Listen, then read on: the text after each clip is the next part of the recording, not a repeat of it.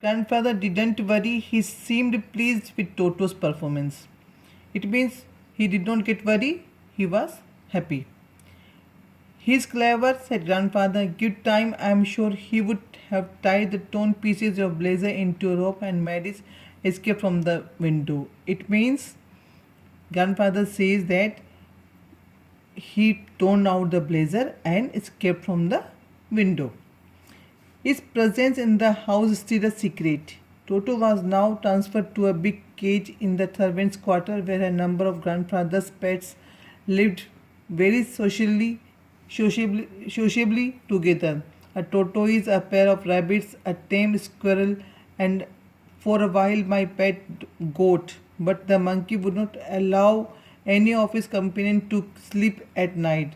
So grandfather, who had to leave Dehradun next day to collect his pension in Saharanpur, decided to take him along. It means his presence in his house, Toto's presence in house is still secret. He was not disclosed to the grandmother. Toto was now transferred to a big cage where the private zoo is kept, where a several number of animals are there. But Toto make a noise for the whole night. He did not allow any animal to sleep. When the grandfather was going out to collect his pension from Saharanpur, he kept the monkey with him. Unfortunately, I could not accompany grandfather on the trip, but he did not. He told me about it afterwards. A big black canvas kit bag was provided for Toto. This, with some straw at the bottom, became the new for his new abode. When the bag was closed, there was no escape. Toto would not get his hands through the opening, and the canvas was too strong for him to bite his way through. His efforts to get out only had the effect of making the bag roll about on the floor or occasionally jump into the air, an exhibition that attracted a curious crowd of onlookers on the Dehradun railway platforms. A big canvas bag was provided for the monkey Toto with some straws on the bottom so that monkey cannot bite the bag and cannot get out from it, and grandfather kept the monkey with him in this bag only and went to the Dehradun. Totos remained in the bag as far as Saharanpur, but while grandfather was producing the ticket at the railway turnstile, Toto suddenly poked his head out of the bag and gave the ticket collector a wide grin. When grandfather was showing his ticket to the ticket taker, TT, Toto came out from the bag, came out means he tried to peep out. He tried to peek down from the bag and give a sharp glance to the TT. The poor man was taken aback, but with great presence of mind and much to grandfather's annoyance, he said, "Sir, you have a dog with you. You will have to pay for it accordingly." The TT said to the grandfather, "You kept dog with you, so you have to pay for him also." In vain did grandfather take Toto out of the bag. In vain did he try to prove that a monkey did not qualify as a dog or even as a quadruped. Toto was classified a dog by the ticket collector, and 3 rupees was the sum handed over as his fare. Grandfather did not want to disclose that Toto was a monkey, not a dog. On whatever fare was demanded by the ticket collector, he paid him 3 rupees for him. Then grandfather, just to get his own bag, took from his pocket out for our pet tortoise and said, "What must I pay for this, since you charge for all animals?"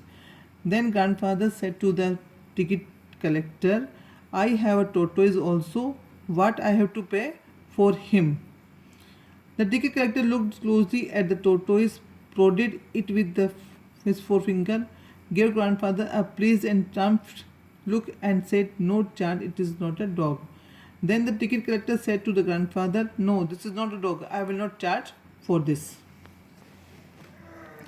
When Toto was finally accepted by grandfather, he was given a comfortable home in the stable, where he had for a companion the family donkey Nana.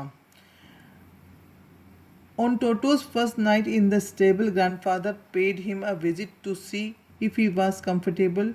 To his surprise, he found Nana without apparent cause, pulling at her halter and trying to keep her head as far as possible from a bundle of hay. When Toto was accepted as a family member, he was transferred to the comfortable stable where one more animal, whose name Nana, which was donkey, transferred to the stable.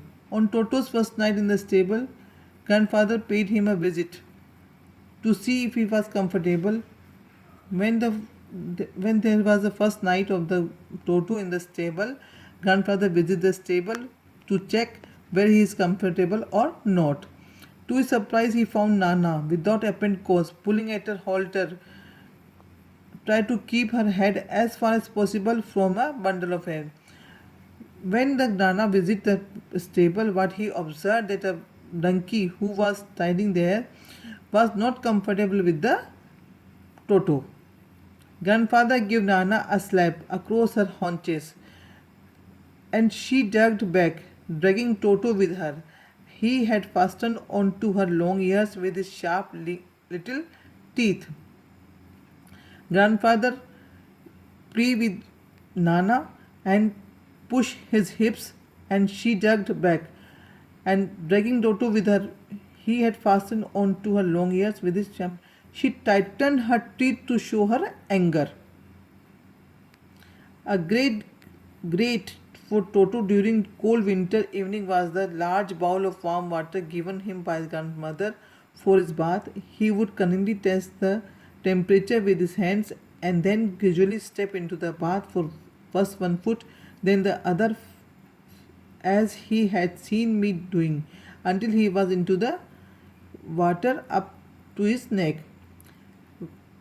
In the evening, when hot water was provided to the donkey to take bath, firstly he checked the temperature of the water by his hands, then tried to get it in the water.